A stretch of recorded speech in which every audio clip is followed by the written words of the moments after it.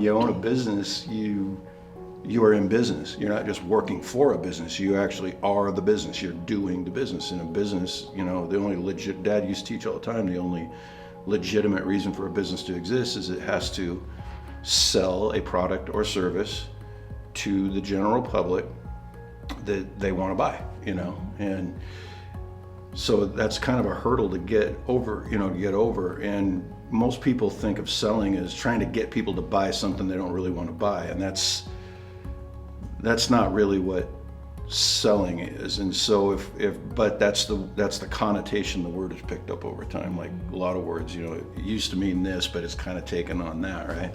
So I just think that it's better to think in terms of serving people, and if I have something that can help you and it's at a price you're willing to pay, then great, I can help you. If not, well, I'm sorry, but maybe some other time with some other product, in some other way, but I'm just sharing, I love that word.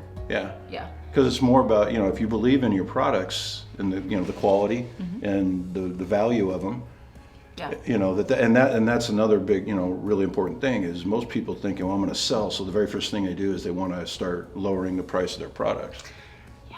And no, we don't compete. We don't compete on price. That's literally in business. In the business world, there's a legitimate term for that called the race for the bottom. For sure. Yeah. And that's what has happened. I mean, maybe some of the people that are listening to this I'll say names of companies they won't even remember. But if you're over 35, names like Pan Am, TWA. Eastern Airlines, big companies, huge. If you had told people that Pan Am and TWA would not even in Northwest Orient wouldn't even exist in 10 years, they would have laughed you out of the room, thought you were a complete brain dead idiot. But what they did is they started competing on price instead of the value of their service. There was a very high-end store that we visited when we were in New York, and one of the sales clerks there continues to reach out to me and does that through text messaging, and I'm always like kind of like, wow, I'm not gonna buy anything right now, but there's that like birthday and hey, Merry Christmas thing, and I'll get the text message and I can still see her face.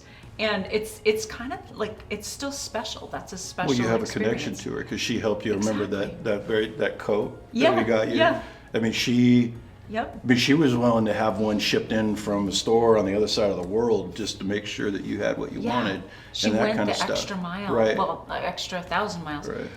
But at the same time, she's continuing, that reaching out to me.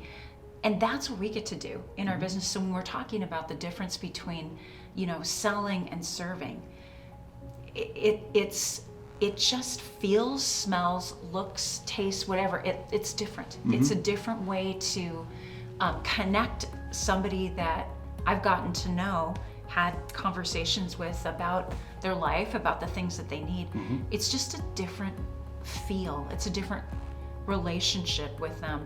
And it does involve, hey, if there's something I have that will help serve a need in your life, serve a need in your life, let's connect and let's make that happen.